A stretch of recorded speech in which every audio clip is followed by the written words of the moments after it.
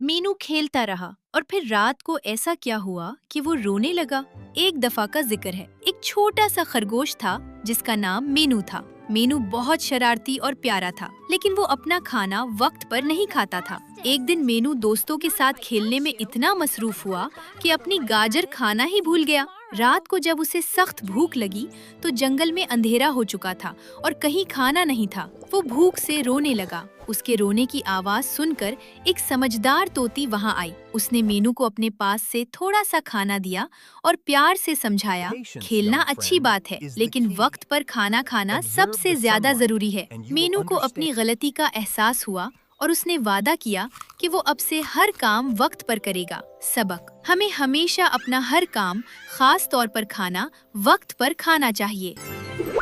Don't forget to like, share, and subscribe to Sheen Tunes.